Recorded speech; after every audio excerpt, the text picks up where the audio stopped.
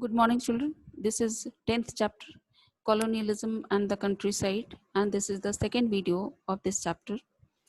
Here we will discuss different topics like the Jamindars resist, then the fifth report, then the relationship between the plow and hoe, then Francis Buchanan and Augustus Cleveland, so and so on. But first, we will take a look about the Jamindars resist. What was the methods adopted by the Jamindars to resist themselves and their जमींदारीज?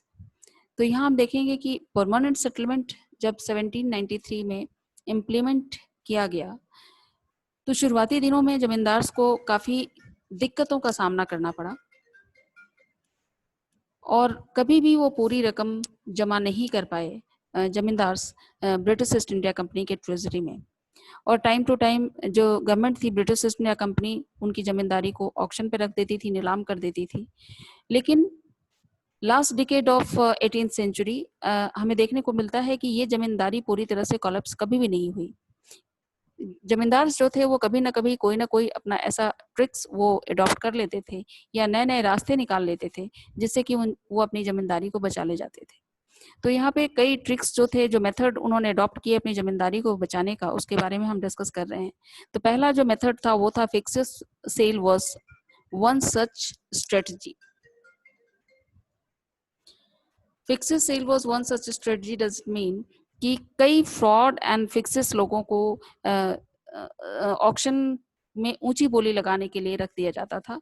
सबसे पहले तो जो British government थी उसने एक decree जारी की थी जिसमें कहा गया था कि जो फीमेल फिगर होंगी या जो वुमेन होंगी उनके नाम से अगर जमींदारी होगी तो उसे कभी भी अडॉप्ट नहीं किया जाएगा। तो जो जमींदार्स होते थे जब उनकी जमींदारी नीलाम करने के लिए रखी जाती थी तो उसके पहले ही अपनी जमींदारी किसी फीमेल फिगर के नाम पे ट्रांसफर कर देते थे, चाहे वो उनकी मदर होती थी, सिस्टर होती थी या कोई भी रिलेटिव जो उनका विश्वसनीय व्यक्ति और जो उनका लॉयल होता था जमींदार का, उसके नाम पे संपत्ति अपनी ट्रांसफर कर देते थे जिससे कि ब्रिटिश ईस्ट इंडिया कंपनी उस संपत्ति को या उस जमींदारी को नीलामी पे नहीं रख पाती थी। तो पहला तो ट्रिक ये था कि अपनी जो संपत्ति है, प्रॉपर्टी और जमींदारी जो है वो किसी फीमेल फिगर के नाम पे ट्रांसफर करना। दूसरा था कि second move, his agents manipulated the auction. अब दूसरा मूव इन्होंने ये लिया, दूसरा मेथड जो अडॉप्ट किया उसमें था कि जब ऑक्शन कई बार होता था कि जमींदार जो थे वो पूरी जितनी भी जमा रकम होती थी जो ब्रिटिश ईस्ट इंडिया कंपनी के ट्रेजरी में जमा करना होता था उसे कभी भी पूरी रकम वो कभी नहीं जमा करते थे। उसमें से कुछ रकम वो जमा करते थे और कुछ उनकी बकाया रह जाती थी। तो ऐसे ही बकाया रकम ईयर बाय ईयर एक्यूमुलेट होते जाते थे, जमा होते जाते थे, वो एक बहुत बड़ी रकम हो जाती थी। जब वो चुका पाने में या देने से मना कर देते थे तो ब्रिटिश ईस्ट इंडिया गवर्नमेंट जो थी वो उनके जमींदारी के कुछ भाग को नीलाम करने का ऑर्डर निकालती थी और जो जमींदार होता था वो अपने किसी लॉयल पर्सन को, किसी एजेंट को, किसी अपने सर्वेंट को या कोई भी उनका रिलेटिव ऊंची बोली लगा करके नीलामी में उस पार्ट ऑफ प्रॉपर्टी को खरीद लेता था और खरीदने के बाद जो नीलामी में उसने बोली लगाई है वो रकम वो ब्रिटिश ईस्ट इंडिया कंपनी को कभी भी देता नहीं था। तो जब वो पैसा नहीं चुकाता था तो ब्रिटिश ईस्ट इंडिया कंपनी फिर से उस पार्ट ऑफ प्रॉपर्टी को फिर से नीलामी पे रखती थी, फिर से जमींदार अपने किसी व्यक्ति को खड़ा कर देता था ऊंची बोली लगाने के लिए और ये क्रम एक बार, दो बार, तीन बार चलता रहता था और ब्रिटिश गवर्नमेंट जो थी ईस्ट इंडिया कंपनी की वो थक जाती थी कि बार बार कितनी नीलामी ऑर्गेनाइज की जाए और हर बार कहीं ना कहीं से उनको रिटर्न मिलता नहीं था। तो वो थक हार करके लो प्राइसेस में वो जमींदारी और उसका जो पार्ट ऑफ प्रॉपर्टी था वो फिर से उसी जमींदार को बेच देती थी और जमींदार थोड़े से पैसे दे करके वो जमींदारी फिर से अपनी खरीद लेता था। तो इस तरह से कुछ कुल मिलाकर के देखा जाए तो इन ट्रिक्स से जो ब्रिटिश ईस्ट इंडिया कंपनी थी वो ऑलरेडी बहुत परेशान हो गई थी और लास्ट में थक हार करके वो फिर से उसी जमींदार को अपना उसकी जमींदारी दे देती थी या प्रॉपर्टी उसको बेच देती थी। अब जमींदार जो है तीसरा का जो मेथड अडॉप्ट किया गया वो था कि there were other ways in which zamindars circumvented displacement. और यहाँ पे था कि जमींदार जो थे, जो आउटसाइडर्स होते थे, जो मान लो किसी जमींदारी की नीलामी हो गई और कोई किसी दूसरे जगह के जमींदार ने उसे खरीद लिया या किसी बड़े व्यक्ति ने खरीद लिया जो आउटसाइडर माना जाएगा। जब वो पोजीशन के लिए आता था उस एरिया में, तो इनके जो पुराने जमींदार जिनकी संपत्ति नीलाम हुई थी, उनके जो लठियाल होते थे, उनके जो गार्ड्स होते थे, उनके जो गुंडे बदमाश होते थे, वो उनको पोजीशन कभी होने नहीं देते थे। वो उनको उस जगह से भगा देते थे। और इस काम में जो रैयत होते थे उस जमींदारी के, वो भी काफ़ी फ़ेवर करते थे इनका, जमींदार का। क्योंकि जमींदारों के साथ एक उनकी बॉन्डिंग होती थी उनके रैयत्स की, और एक इमोशनल उनका बॉन्ड होता था, एक इमोशनल कनेक्टिविटी होती थी। और वो नहीं चाहते थे कि कोई भी आउटसाइडर आकर के और जमींदार की जमींदारी को अडॉप्ट कर ले या उसको कब्जा कर ले, जबकि उसकी नीलामी ऑलरेडी हो चुकी होती थी। क्योंकि उनके रैयत्स का या उनकी प्रजा का वो मानते थे कि ये हमारे राजा हैं और मैं उनका प्रजा हूँ, और उनके बीच में एक बॉन्डिंग है जिसे एक्सप्लॉइट नहीं किया जा सकता। तो ये उनकी सेंस ऑफ आइडेंटिटी और उनका प्राइड माना जा सकता है कि अगर दूसरे किसी व्यक्ति ने, जमींदार ने आकर के उसे अडॉप्ट कर लिया या ऑक्यूपाई कर लिया, तो ये उनके आइडेंटिटी के ऊपर एक क्वेश्चन मार्क होता था और उनका प्राइड कहीं ना कहीं एक्सप्लॉइट होता था, ये ह्यूमिलेटेड फील करते थे। इसलिए वो जैसे तैसे कैसे भी उस आउटसाइडर को वहां से भगा देते थे और उसे पोजीशन इजिली नहीं देते थे। इसके बाद है कि beginning of the 19th century the depression in prices was over. और दूसरा तरीका ये भी था इनके डिस्प्लेसमेंट क्यों बच गए, क्योंकि जब 19th सेंचुरी की शुरुआत में जो प्राइसेस क्रॉप्स, जो फेमाइन के कारण प्राइसेस, क्रॉप्स के प्राइसेस बढ़ गए थे और खेती कहीं ना कहीं प्रभावित हो रही थी, तो वो क्राइसिस जो थे, क्रिटिकल सिचुएशन ओवर हो चुका था, खत्म हो चुका था, और अब नॉर्मल खेती होने लगी थी, उनके प्राइसेस भी अच्छे मिलने लगे थे। तो इनको प्रॉफिट होने लगा था जमींदारों को, और वो पैसे दे करके अपनी जमींदारी को प्रिजर्व कर पा रहे थे।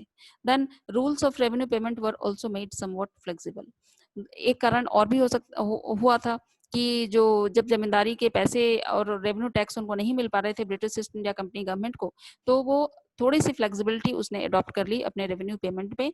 इसके कारण भी थोड़ी सी जब उनको लीनियंसी मिली तो जमींदार वो पैसा जो था वो चुकाने लगे। फिर जमींदार power over the villages was strengthen, और इस तरह से हम देख सकते हैं कि वो डिस्प्लेस होने से बच गए, और उनका पावर जो था वो गांवों में कहीं ना कहीं उन्होंने अपने आप को स्ट्रेंथन किया, अपने आप को मजबूत किया, और अपनी जगह पे वो अड़े रहे। लेकिन 1930s में जब ग्रेट डिप्रेशन का काल था, जब वर्ल्ड वाइड ग्रेट डिप्रेशन आया, उस समय ये अपने आप को बचा नहीं सके और बिखर गए जमींदार, और जो जोतेदार्स थे वो उन्होंने अपने पावर को कंसोलिडेट किया, कॉन्क्रीट किया, और अपने पावर को कंट्रोल करने में, होल्ड करने में सफल हो गए।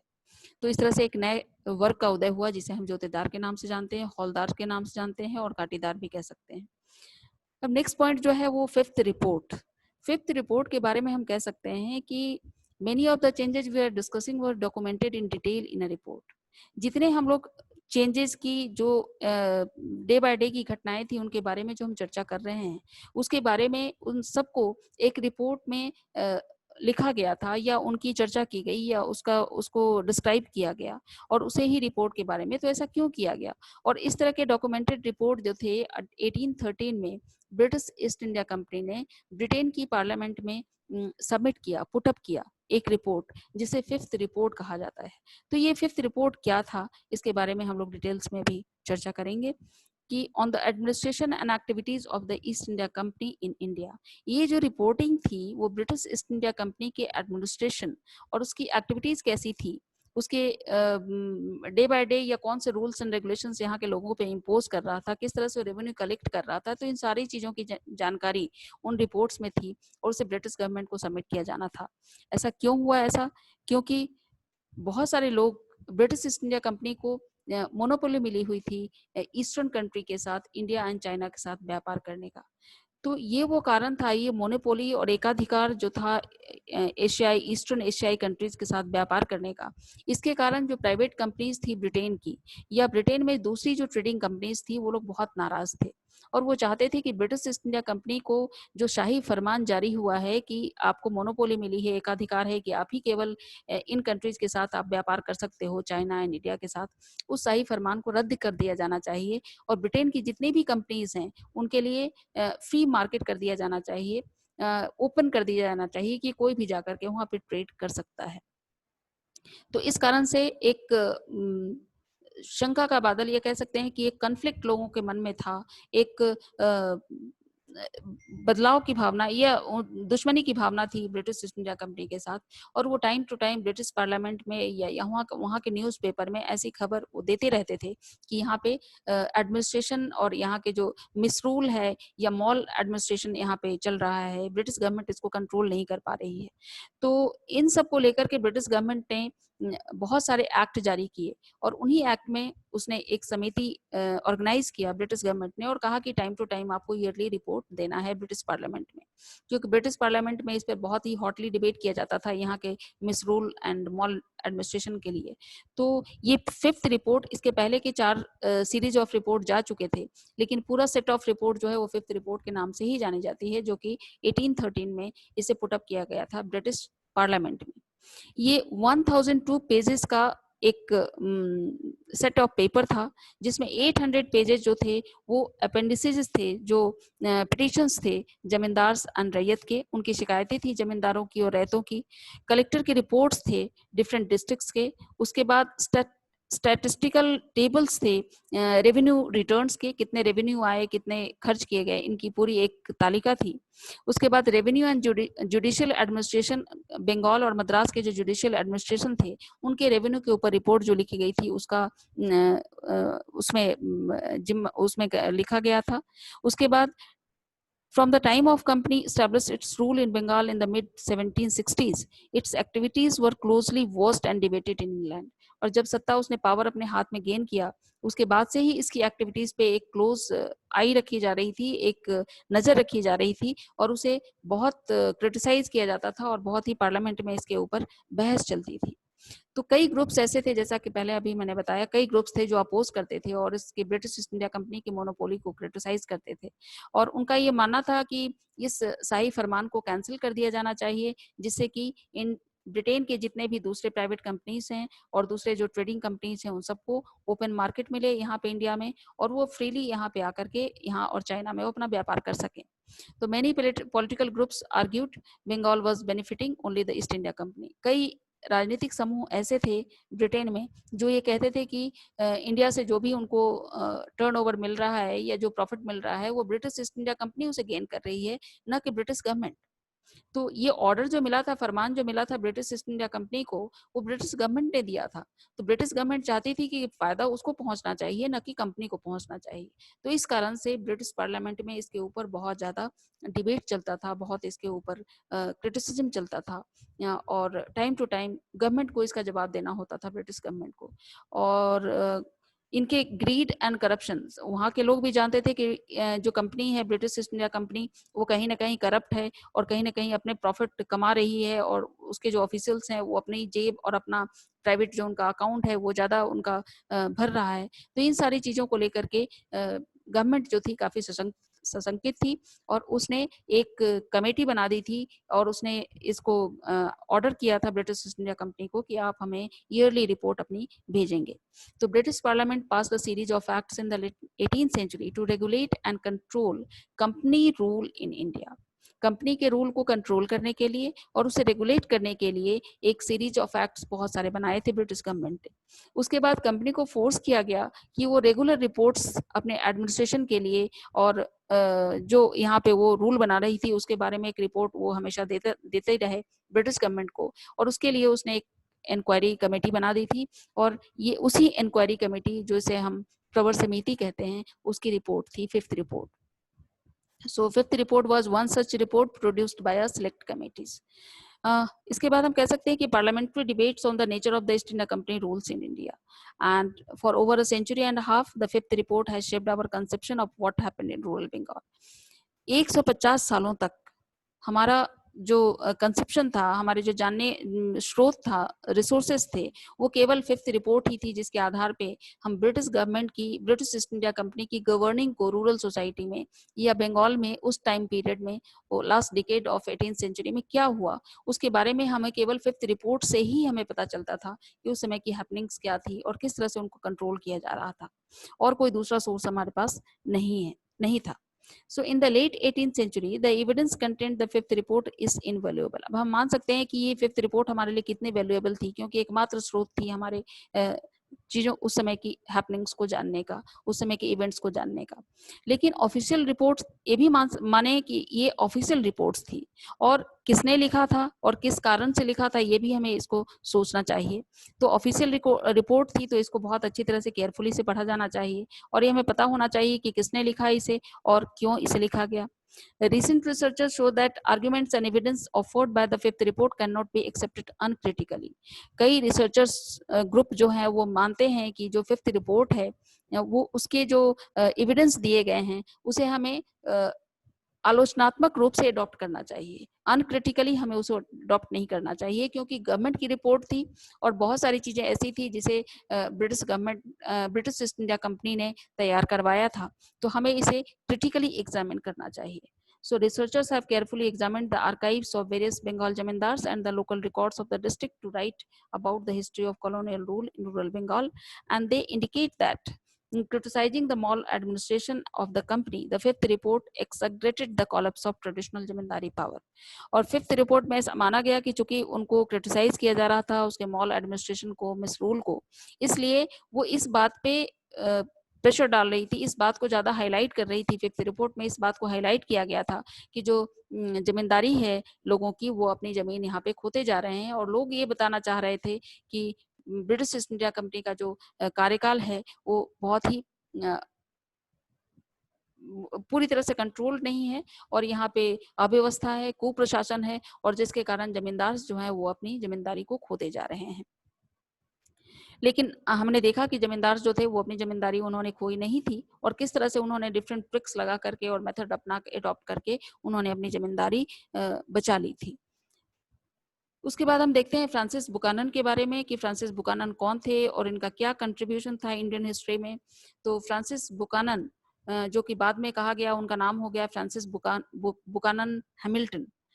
Francis Buchanan was a physician who came to India and served in the Bengal Medical Service. Doctor थे वो, दूसरे जियोग्राफर थे, बोटनिस्ट थे, जियोलॉजिस्ट थे, उन्हें बहुत सारी चीजों का ज्ञान था, और उनका कंट्रीब्यूशन इस रूप में भी हमें देखने को मिलता है। गवर्नर जनरल के वो सर्जन रहे कुछ टाइम पीरियड के लिए, फिर कलकत्ता में उन्होंने एक बोटेनिकल गार्डन ऑर्गेनाइज किया, स्टैब्लिश किया, उसके बाद एक जू बनाया उन्होंने अलीपुर में, कलकत्ता में, जो अभी भी वहां जाकर के हम देख सकते हैं।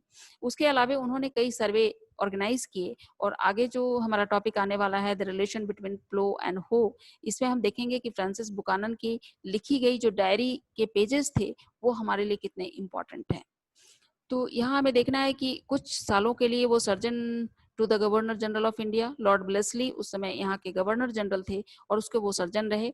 और जब वो कलकत्ता में रह रहे थे तो उन्होंने एक जू ऑर्गेनाइज किया था वहाँ पे अलीपुर में, दूसरा एक बोटेनिकल गार्डन उन्होंने कुछ शॉर्ट पीरियड के लिए वहाँ ऑर्गेनाइज किया, और गवर्नमेंट के ऑर्डर पे उन्होंने एक डिटेल सर्वे ऑर्गेनाइज करने की सोची, और भागलपुर में ऑगस्टस क्लीवलैंड, ये जो आप पिक्चर देख रहे हो यहाँ पे सूटेड बुटेड, ये ऑगस्टस क्लीवलैंड है, और ये कलेक्टर हैं भागलपुर के, और इन्होंने फ्रांसिस बुकानन को इनवाइट करके और उस एरिया के जो फॉरेस्टेड एरिया था वहां के सर्वे के लिए इनको इनवाइट किया था। बाद में 1815 में फ्रांसिस बुकानन जो थे वो बीमार हो गए, क्योंकि उनका काफी कंट्रीब्यूशन था, यहाँ बीमार हुए और इंग्लैंड चले गए, और अपनी मदर की डेथ के बाद उन्होंने उनकी प्रॉपर्टी को इनहेरिट किया, उनको उन्होंने उसको अडॉप्ट किया, और उसके बाद उन्होंने अपने नाम के आगे हैमिल्टन लगा लिया, और इन्हें कहा जाता है फ्रांसिस बुकानन हैमिल्टन। अब जो स्टोरी है हो एंड प्लो, हो के लिए मैं आपको एक कुछ पिक्चर दिखाना चाह रही हूँ, उसे आप देखेंगे।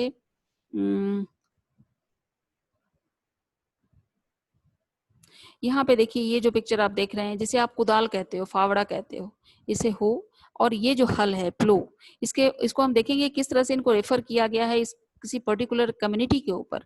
ये हो जो है ये रिप्रेजेंट करता है एक पर्टिकुलर कम्युनिटी को, और ये जो प्लो है वो भी एक पर्टिकुलर कम्युनिटी को रिप्रेजेंट करता है। देन दोनों की स्टोरी, उन दोनों का रिलेशनशिप क्या था ये हमें देखना है। ये आपको दिख रहा है, ये जो पिक्चर है ये अंडुल महल है, जो वर्धमान के राजा का महल था, और इस पर मूवी भी बनी है एक, जिसे हम जलसा घर कहते हैं, जलसा घर नाम की एक मूवी बनी है। ये राजा मेहताब चंद हैं, जिनके बारे में आप देख चुके हो किस तरह इनकी जिम्मेदारी नीलाम की गई थी।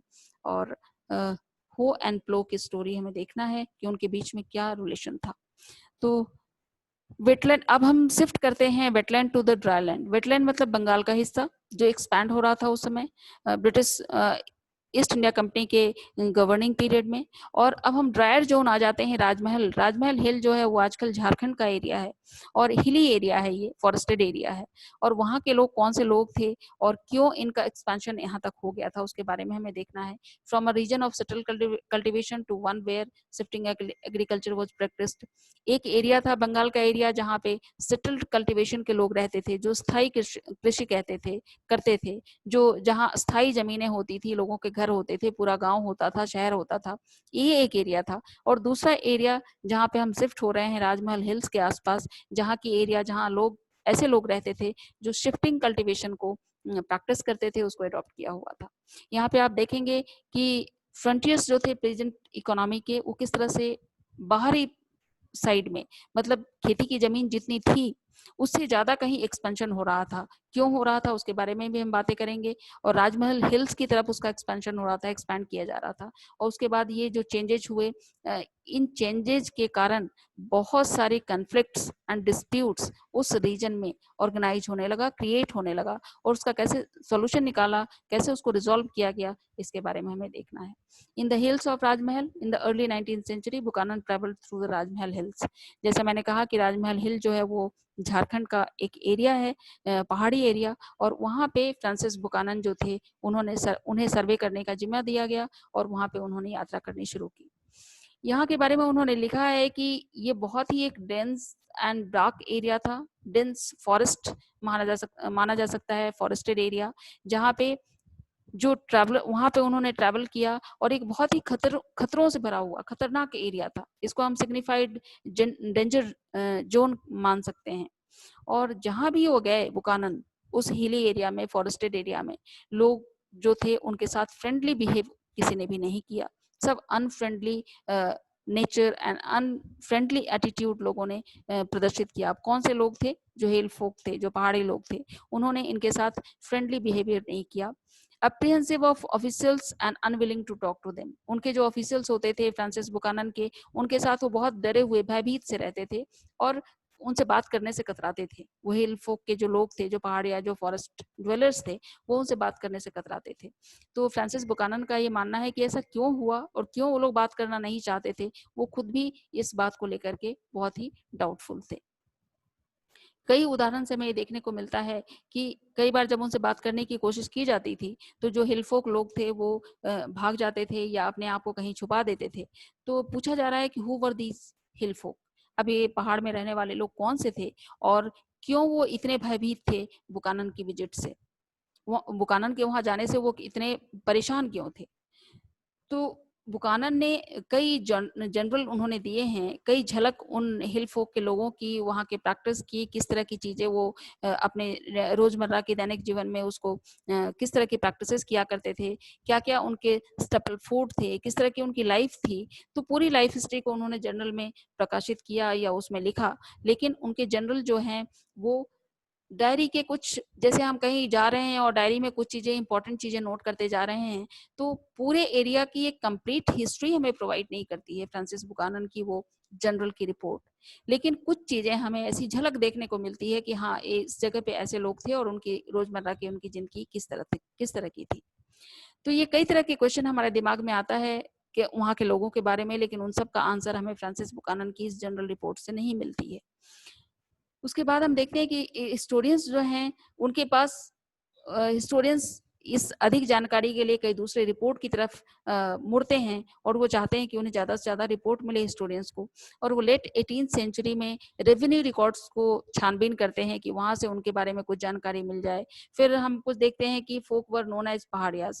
अब इन रिकॉर्ड्स के माध्यम से हमें ये देखने को मिलता है कि ये लोग जो हिल फोक लोग थे, जो राजमहल हिल के आसपास रहते थे, वो पहाड़िया लोग थे। उनको पहाड़िया कम्युनिटी के लोग कहते थे और राजमहल हिल के आसपास रहते थे। वो फॉरेस्ट प्रोड्यूस, आप जानते हो कि फॉरेस्ट जो गैदरर्स होते हैं, जो फॉरेस्ट प्रोडक्ट्स को गैदर करके ही अपनी लाइवलीहुड डील करते हैं। तो ये लोग जो थे पहाड़िया लोग, उनकी जो लाइफ थी पूरी डिपेंडेंट थी फॉरेस्ट प्रोडक्ट्स के ऊपर। और साथ में शिफ्टिंग कल्टीवेशन को प्रैक्टिस किया करते थे। ये आदिम एक जो टाइप ऑफ शिफ्टिंग कल्टीवेशन माना जाता है, जिसमें पेड़ों को जला करके और फिर खेती की जाती है। तो चूंकि ये डेंस एंड डार्क एरिया में रहते थे, डेंस फॉरेस्टेड एरिया था, तो इसलिए वो कल्टीवेशन के लिए कुछ पैचेज ऑफ लैंड को पेड़ और जंगल साफ कर देते थे। फिर उसको उसी पैचेज ऑफ लैंड पे उसको बर्न कर दिया जाता था, और उससे जो पोटाश उस ऐश के रूप में प्राप्त होता था, उससे कुछ दिनों के लिए उसमें फर्टिलिटी उस जमीन की बढ़ जाती थी, और उससे कुछ पल्सेस एंड मिलेट्स ये अपने कंजप्शन के लिए वहां पे ग्रो कर लेते थे ये पहाड़िया लोग। वो ग्राउंड को स्क्रैच करने के लिए, जमीन को खोदने के लिए हो का इस्तेमाल करते थे, फावड़े का इस्तेमाल करते थे। Cultivated the cleared land for a few years and then left it fallow so that it could recover its fertility. कुछ पैचेज ऑफ लैंड को इन्होंने क्लियर किया, वहां पे खेती कर ली, और फिर उस जमीन को छोड़ करके दो साल खेती, 3 साल खेती करने के बाद उस जमीन को छोड़ करके दूसरी जगह चले जाते थे, जहाँ की ताकि वो जमीन जो है वो फिर से अपनी फर्टिलिटी गेन कर ले। तो इस तरह एक एरिया से दूसरे एरिया में मूव होते रहते थे, और फॉरेस्टेड एरिया से एक कलेक्शन करते थे महुआ, जो एक तरह का फूल होता है। महुआ की हर चीज, चाहे उसकी सीड की बात की जाए या उसके फ्लावर की बात की जाए, महुआ का तेल भी बनता है। तो बहुत सारी चीजें इसकी यूजफुल एक प्रोडक्ट माना जाता है फॉरेस्टेड एरिया का। तो महुआ कलेक्शन उनका मेन पेशा हुआ करता था फूड के लिए। सिल्क कुकोन्स को ये पालते थे, और रेजिन फॉर सेल। अब रेजिन जो होता है वो एक अलकतरा, जो आप देखते हो डामर जिसको आप बोलते हो, उसका प्रोडक्शन कैसे, तो उसको प्रोड्यूस करके ही बेचने के काम में लाते थे। और चारकोल प्रोडक्शन के लिए लकड़ियों को काट करके उसका चारकोल बनाते थे। उसके बाद the undergrowth that spread like a mat below the trees and the patches of grass that covered the lands left fallow provided pasture for cattle. अब जो अंडरग्रोथ, जो घास की जमीनें थी, जो एक चटाई की तरह थी, और पेड़ों के आसपास उगे हुए जो घास थे, वो इनके पैचेज ऑफ ग्रासेस थे, ये इनके कैटल्स के लिए यूज में आता था। द लाइफ ऑफ पहाड़ियास के बारे में हम मान सकते हैं कि ये शिफ्टिंग कल्टीवेटर्स थे, हंटर्स थे, फूड गैदरर्स थे, चारकोल प्रोड्यूसर्स थे, एंड सिल्क वॉर्म रियरर्स थे। और इस तरह से देखिए कि शिकारी, एक शिफ्टिंग कल्टीवेटर, देन फूड संग्राहक, खाद्य संग्राहक, then charcoal producer, and silk worm की खेती करने वाला, सिल्क वॉर्म रियरर्स इनको मान सकते हैं। So intimately connected to the forest, इसका मतलब कि पूरी जो इनकी लाइफ थी वो फॉरेस्ट के ऊपर कनेक्टेड थी, फॉरेस्ट से रिलेटेड थी। हटमेंट्स ये इमली के पेड़ों के नीचे बने हुए झोपड़ियों में रहते थे, और मैंगो ट्रीज की शेड में ये आराम किया करते थे, रेस्ट लेते थे। They considered the entire region as their land, और पूरी उस राजमहल हिल, पूरा जो पहाड़ था, उसको वो अपना लैंड मानते थे, अपनी भूमि मानते थे। The basis of their identity as well survival, and they resisted the intrusion of outsider। और चूंकि वो जमीन वो अपनी मानते थे, इसलिए वो आउटसाइडर्स के वहां आने पे वो उसको प्रतिरोध करते थे, कि कोई बाहरी व्यक्ति अगर वहां आता था तो उसको उनको अच्छा नहीं लगता था, और वो चाहते थे कि कोई बाहरी यहाँ पे ना आए। Their chief maintain the unity of the group. अब वो जो कम्युनिटी थी उनका एक चीफ हुआ करता था, जो इन ग्रुप के लोगों के बीच यूनिटी को मेंटेन करता था। उनके बीच अगर कोई लड़ाई झगड़े का विवाद को कोई मुद्दा होता था, डिस्प्यूट्स होते थे, तो उसको सॉल्व करता था। And led the tribe in battles with other tribes. जब एक समूह से दूसरे समूह की लड़ाई होती थी, तो ये जो चीफ होता था वो उस समूह को या उस ग्रुप को लीड करता था कि किस तरह हमें दूसरे ग्रुप के लोगों से लड़ाई में जीतना है। इन बेसिस के आधार पे Paharia regularly raided the plains where settled agriculturalist lived. और इन आधार पे, चूंकि वो लड़ाकू टाइप के लोग थे, तो वो जो सेटल्ड एग्रीकल्चरिस्ट थे, जो स्थायी कृषि करने वाले लोग थे, उनके ऊपर कभी ना कभी ये छापामारी या लूट मार करने का उनके ऊपर रेड किया करते थे, उनके ऊपर अटैक किया करते थे। जो लोग स्थायी रूप से जो गाँव में रहते थे उनके ऊपर ये अटैक किया करते थे। या और ये जरूरी भी था कि जब कभी इन्हें कभी ऐसी फमाइन या कभी अभाव की स्थिति आ जाती थी, तो ये उन्हें उनके सर्वाइवल के लिए अटैक बहुत जरूरी था, ऐसा मानते हैं वो लोग। Particularly in years of scarcity, जब कमी होती थी तब ये अटैक इनके लिए बहुत ही एक महत्वपूर्ण कारगर सिद्ध होता था। और इस तरह से ये दूसरे कम्युनिटी के ऊपर अपना एक पावर भी असर्ट करना चाहते थे। ये लोगों को बताना चाहते थे कि दे आर पावरफुल, एंड अगर उनके साथ कोई झगड़ा झंझट मोल लिया गया तो वो कहीं भी अटैक कर सकते हैं। तो means of negotiation political relation with outsider, और बाहर के लोगों के साथ एक पॉलिटिकल रिलेशन भी इस नेगोशिएशन के मोल भाव के आधार पे वो तय करते थे। तो जमींदार जो थे, जो प्लेन में रहा करते थे, वो कभी-कभी क्या करते थे कि इन पहाड़ियाँ, चूँकि ये हमेशा ही अटैक करते थे ऐसे धनी और वेल्दियर पर्सन के ऊपर, तो ये इनसे एक समझौता कर लिया इन्होंने, एक ट्रीटी कर ली उसके साथ, एक नेगोशिएशन कर लिया उन्होंने, और कुछ पैसे इस पहाड़िया चीफ को दे देते थे ताकि वो उनके ऊपर अटैक ना करे। तो इस तरह से paying a regular tribute to the hill chiefs, और वो हमेशा ही ईयरली या 6 मंथली ऐसा कुछ उनके पास वो नियम रहा होगा, जिसके तहत वो कुछ पैसे पे कर देते थे चीफ्स को, ताकि वो उनको अटैक ना करे और उनको कोई नुकसान न पहुंचाए। So traders similarly give a small amount to the hill folk for permission to use the passes controlled by them. जो व्यापार करने वाले लोग थे, जब उस एरिया से, उस पाथ से निकलते थे, तो जिस तरह से टोल टैक्स आप देते हो, उस तरह से एक टैक्स पथ कर जिसे कहा जाता था, उस रास्ते से गुजरने के लिए एक टैक्स, एक ट्रिब्यूट दिया जाता था, कुछ अमाउंट ऑफ मनी दिया जाता था, जिससे कि जो पहाड़ियां हैं उनके ऊपर, ट्रेडर्स के ऊपर अटैक ना करें और इजिली, सुरक्षित, सेफली वो अपनी यात्रा को एक जगह से दूसरी जगह ऑर्गेनाइज कर सकें।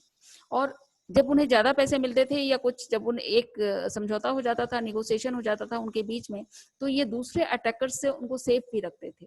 जैसे ट्रेडर्स के ऊपर दूसरा कोई, जैसे चीफ जो है उसने पैसा ले लिया, तो अब दूसरे कोई अटैकर्स या कोई जंगली जानवर उनके ऊपर अटैक ना करे, तो एक सुरक्षित यात्रा ट्रेडर्स के लिए ये प्रोवाइड करते थे जो पहाड़िया चीफ्स हुआ करते थे। So this negotiated piece was somewhat fragile.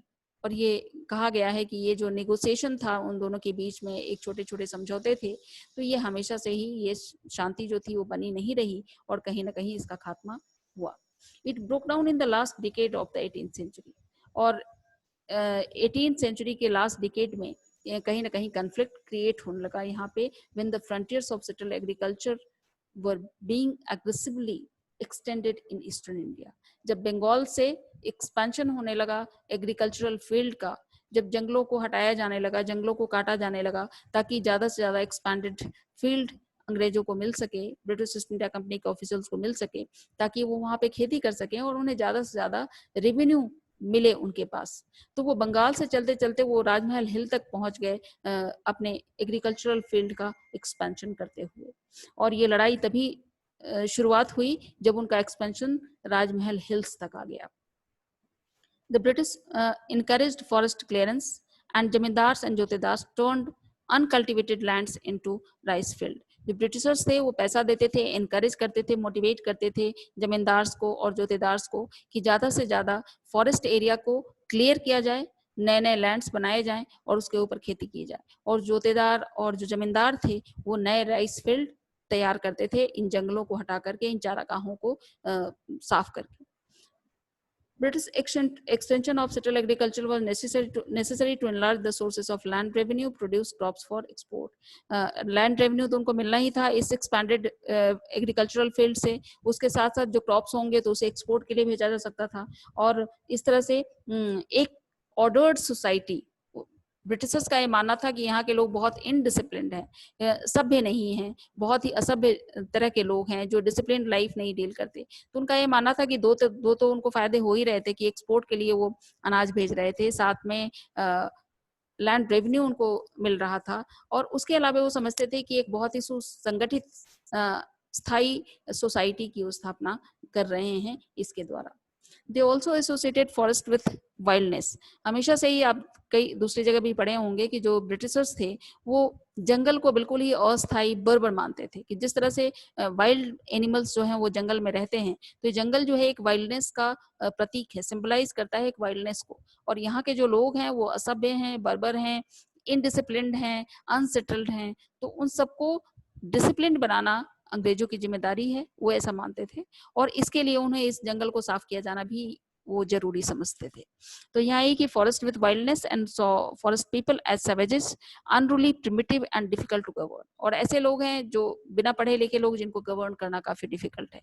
So they felt that forest had to be cleared, और इसलिए वो मानते थे कि जंगलों का सफाया होना चाहिए और सेटल्ड एग्रीकल्चरल कम्युनिटी को स्टैब्लिश किया जाना चाहिए, एंड फॉरेस्ट पीपल को टेम्प्ट किया जाना चाहिए, उनको सिविलाइज्ड बनाया जाना चाहिए, और उनको परस्यूट किया जाना चाहिए कि हंटिंग को छोड़ दें और फ्लो एग्रीकल्चर को अडॉप्ट कर लें, शिफ्टिंग कल्टीवेशन को छोड़ करके फ्लो एग्रीकल्चर को अडॉप्ट कर लें। शिफ्टिंग कल्टीवेशन से उन्हें बहुत नुकसान होता था। इसके बारे में आप 9th क्लास में पढ़ चुके हो कि किस तरह शिफ्टिंग कल्टीवेशन से उनको ये पता नहीं होता था कि आज ये जिस समय वो सेंसस ऑर्गेनाइज कर रहे थे, तो उनको पता होता था कि आज कुछ लोग यहाँ पे हैं और कुछ दिनों बाद 2 साल बाद वो दूसरी जगह शिफ्ट हो जाते थे।